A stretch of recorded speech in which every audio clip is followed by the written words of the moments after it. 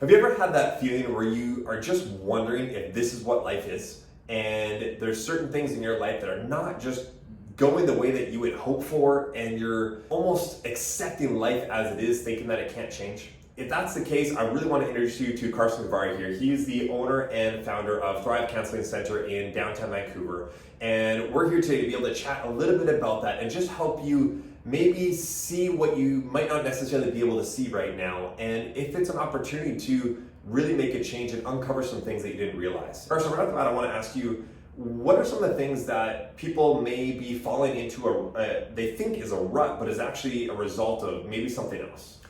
Well, it's a good question, Jonathan. And people have a way of kind of walking around, often with a sense of like detachment, sometimes a fogginess, like sort of an autopilot. Sometimes a common one is like, I go to work, I don't know if I really like what I'm doing, I want to be closer in my relationships. But people so often will just sort of accept that, okay, that's just who I am, I'm an anxious person, this is my identity.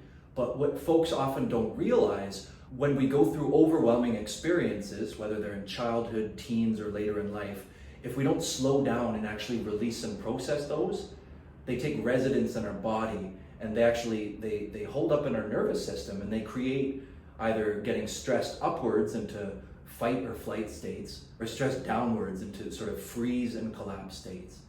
And we can try to like power through and just sort of like function through this, but the cost is maybe feeling 40% alive, and then suddenly 10 years goes by and somebody might say, well, like, whose life was I living?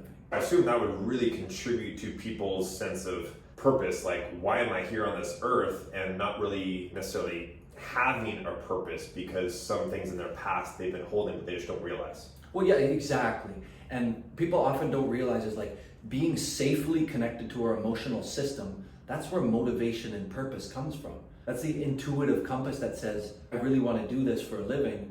But if we haven't kind of connected safely to our body, again, we're in a sort of a crisis state of fight or flight. And instead of really waking up like, I know what I want to do, we're just in a state of constantly putting out fires and just sort of triaging our own distress instead of like really living smoothly. Okay, so if we're in that trap, what are the steps that we can take to try and get out of that in some way, shape, or form? Yeah, well, that's what more important question than that?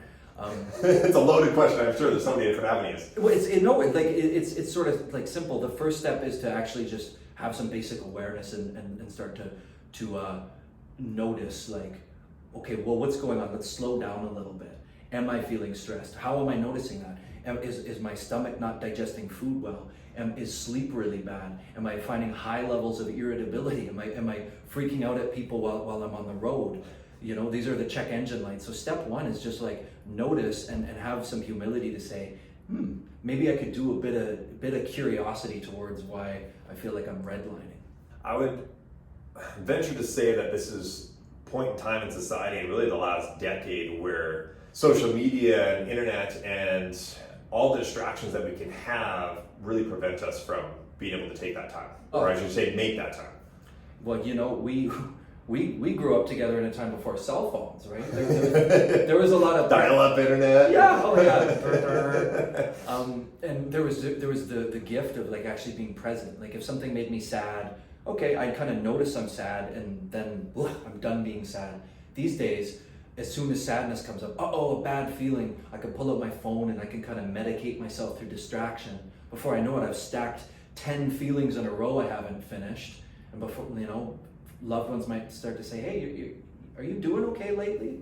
So you're right, the cognitive complexity, it presents like a bigger case than ever for people to just, again, take pause and check, am I feeling as online as I was 10 or 20 years ago? Right, and online and your body, not online on the phone and the computer. That's bad word choice, yeah, exactly, yeah. So if people start to gain that awareness, where does it go from there? Great, we've identified there's a problem. What do we do about it?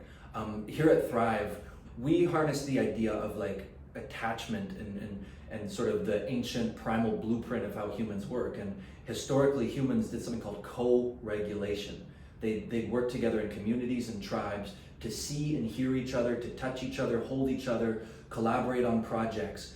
which fills the body with a chemical cascade of well-being. Meanwhile, people have separated into their individual boxes these days, and they start to say, why am I tired all the time? So we take the tenet of seen, heard, and understood. The idea that when people are pulled out of aloneness, their own inner mechanism of righting themselves starts to kick in. So often the first really helpful step is to connect with a counselor who understands the nervous system and the science of how the brain and body work, but is also like a warm human who can see all your parts. If you're able to safely have an experience with them, then you open the window out. Then you do it with friends, family, loved ones, and more complicated relationships, and get out of that sort of isolation bubble. If someone is intrigued, so they've started to maybe develop some awareness and take some time to self-reflect and feel what it is that they're feeling and start to be a little bit more conscious, but they're having a hard time trying to process that and accept it as a part of who they are in their past experiences, and then use that as a part of who they are moving forward. Where or how do you guys, you mentioned it a little bit, but if they're kind of intrigued at that, how do you guys operate of like someone coming to see you, and what's that process kind of look like? There's a couple answers, and one is that there's a lot of tools for the job of kind of, we sort of say like kind of getting trauma out of the body, or freeing it or releasing it. And so we've got a team of people trained in something called like trauma-informed approaches, which sounds like a big scary word, trauma and car crashes. All that means is we've been through overwhelming stuff we haven't finished feeling. So people use different approaches like emotion-focused therapy, EMDR, sensory motor psychotherapy, internal family systems, all these $10 words for these really contemporary therapies guided by brain science that use like human kindness to just basically just finish old stuff. So afterwards you can say, oh, there's a part of me that responds to fires by getting anxious, but that is not the core of who I am and my identity.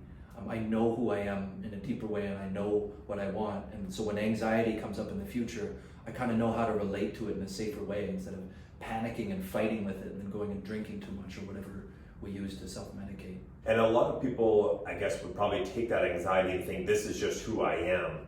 But in essence, that's just a reaction that's been a habit that they've built in at some point, and they've just continued that over the years. But that's actually not who they are. Yeah. Would you say that's kind of right, or am I? Well put. No.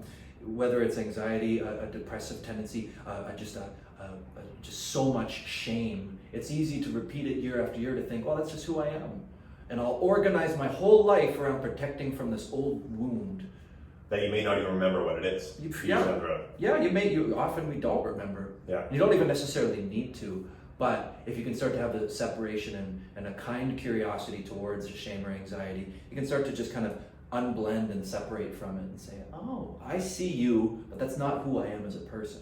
And then one thing that you mentioned was talking about trauma, that we all have big things, but I feel like sometimes people think that they may not have something big that happened to their life, but there's actually trauma in maybe a small way that happened that could still cascade to all these things. This is the best question, because people hear trauma and they're like, well, what are you talking about? I had a perfect childhood. Nobody ever like got in a car accident, or nothing like big and dramatic happened. But the most common form is what we call relational trauma. And so we'll often ask somebody, when you were young and you had a bad day, was there an adult who understood you and could make it feel better, or did you deal with your emotions completely on your own? And most of the time people will say, well, I mean, my parents, they provided really well and they loved me, but no, they didn't see my sadness. And that is the sort of trauma we deal with. Feeling alone and like our emotions are too much, or there's something broken or wrong with us, is a scary experience. And we have to sort of fragment and detach from a part of ourselves to get by. And then as adults, that shows up in ways that make us more distant from people, or like excessively needy with people. So that's what we mean by trauma. We don't mean falling out of a plane. We just mean like chronic aloneness with unbearable feelings. You mentioned that you also have another kind of arm of the business a little bit with respect to psychedelics and integration into that therapy component. Can you describe a little bit about what that is for you guys? Yeah, well, we felt a big calling here because myself and my co-director have long studied sort of like the safe use of psychedelics in an era where there's like an article coming out every week that paints a picture as if you can go use psilocybin and just cure your trauma like some sort of magic bullet. And seen those documentaries? Yeah. They're very entertaining, right? Very fun to watch. Yes. But we have seen a lot of instances where people actually just unsafely use them. So we've got people who have studied for a long time. We've got like a collaboration across Canada with various trainers and institutions to understand what is the best harm reduction approach and how can we help people safely plan to use these in ways that aim low and modest and can give them helpful experiences without looking at them as some sort of magic bullet. Right. The other thing we often do is people have had really bad experiences, sometimes with unqualified practitioners or in their basements, and we can help them do what's called integration, is integrating what they've been through positively into their life. Or maybe they had a great trip of some kind, but things are the exact same 2 weeks later. We need to integrate that. How is that turning into practical behavior? People often think psychedelic integration means integrating psychedelics into therapy. It actually means it means integrating experiences you've had with psychedelics into your life. Well, Carson, thank you so much for your time, and I really appreciate your insight and the depth of knowledge, yet the ease of being able to ask some of these questions, and I think allowing people to open up and think, hey, maybe that might be something I might be open to. And I think I really truly believe that every single person should sit down with somebody and have at least one conversation with a counselor or a therapist, despite the taboo focus that a lot of people have towards that, because it helps to open up things and help us see things that we didn't realize were there. And we don't know what we don't know until we get to be able to chat and have a conversation with someone like that. And so if you have an interest in that and wanting to just explore that a little bit more, if you're intrigued about the use of potentially psychedelics through that process, any questions revolving around that process or just counseling in general, go down below this video and there's a link there for the Thrive Counseling Center, and to be able to go either book a time or just to be able to reach out to them and find out a little bit more about their process and how it might work for you. If you get some value from this video, please make sure to like, to subscribe, and to click that bell to get notified of future videos that I do, as I am meeting with other business owners all throughout the Vancouver and Richmond areas, so you know the things that you can enjoy, live, work, and play around when it comes to living and working in the Vancouver and Richmond, BC areas.